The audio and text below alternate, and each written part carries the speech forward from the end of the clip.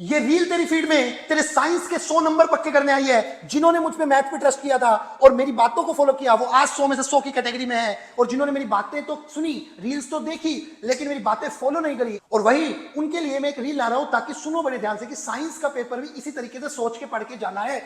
सबसे पहले ये 5 नंबर का क्वेश्चन है, और ये जो क्वेश्चन है ये सारा पेपर मैंने डिफिकल्ट वाला उठाया है। जो मैथ के डिफिकल्ट वाला पेपर आया है वो उठाया है मैंने। अच्छा, ये मैथ का डिफिकल्ट 30-1 है, 33-1 वाला क्वेश्चन है, पेपर है। सबसे पहले ये क्वेश्चन उठाता हूं, boy standing on a plane. इस क्वेश्चन को देख लिया और इस क्वेश्चन को देख लिया, मेरे रील्स का क्वेश्चन है, गुड क्वेश्चन, और मैं डाल चुका हूं 7 फरवरी को, एग्जैक्टली सेम है। बस यहां पर बॉय और गर्ल बोला है, वहां दोनों बॉय हैं और 1% भी अंतर नहीं है, तू चेक कर ले चाहे। और 5 नंबर में ये आया है।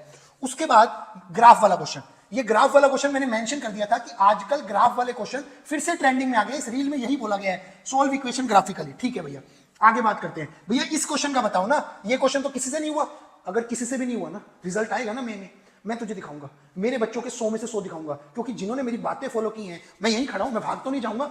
100 में से 100 तुझे दिखाऊंगा। ये देख, मैंने इसे इनडायरेक्टली करवाया है। मैंने कहा था ऐसे क्वेश्चन हो जिसमें रेशियो वगैरह मांगा हो तो हमेशा एक कंस्ट्रक्शन होती है, ये इसके पैरेलल। जिसने मेरे फंडे सुने हैं उनको पता है, मैंने बोला था ये इसके पैरेलल होती है। हाँ होती है, मैंने बोला था। मैं 100 में से 100 दिखाऊंगा, डोंट वरी, घबराइयो मत। इसी तरीके से यहां पर भी पैरेलल होगी। उसके बाद चौथा क्वेश्चन है ईयर्स वाला, एज प्रॉब्लम। ये देख, age problem important type, age problem, man की एज ट्वाइस है। ये करवाया मैंने अपनी रील्स में। आगे सुन, अभी बात खत्म नहीं हुई। इसके अंदर सेम यही question, sine plus cos root 3 tan plus cot 1 prove करो, sine plus cos root 2 tan plus cot निकालो।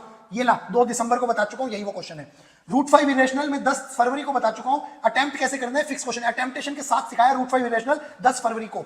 उसके बाद एक और क्वेश्चन ये वाला सर्कल का, यहां बता चुका हूं 11 फरवरी को कि भैया आएगा ही आएगा। बहुत ध्यान से सुनियो, 5 क्वेश्चन है इस पेज के अंदर, जिसमें से 3 क्वेश्चन यही हैं और 2 क्वेश्चन एनसीईआरटी है। जो अलग वाले हैं वो सारे बता चुका हूं। उसके बाद सबसे बड़ी प्रॉब्लम हुई, ये सारे हैं, ये पीडीएफ अटैच कर देता हूं इस वीडियो के नीचे, तो देख ले कि हाँ ये मैच करते हैं, मेरे रील्स जाके देख ले। ये प्लैंक वाला क्वेश्चन कॉम्पिटेंसी में से मैंने बोला था, कॉम्पिटेंसी वाली पीडीएफ करके जाना, एनसीईआरटी करके जाना, एनसीईआरटी एग्जाम्पलर करके जाना और पीवाईक्यू करके जाना। ये देख, ये मेरे वन शॉट की कहानी 16 फरवरी को लिया गया वन शॉट, जिसमें बोला और एंड वाले क्वेश्चंस पर केस स्टडी बनेगी और पत्तों की केस स्टडी बनेगी। ये रहे वो पत्तों की कहानी, ये बोली हुई बात है, वन शॉट जाके देख ले। ठीक है भैया, मैंने बोला पीवाईक्यू जब लगाएगा तो बेटा उसकी केस स्टडी बहुत ध्यान से करके जाइयो। वही केस स्टडी डॉल्फिन वाली इसमें आई हुई है। इससे भैया हमें क्यों बता रहे हो, साइंस के अंदर भी ना क्वेश्चन रट के मत जाना।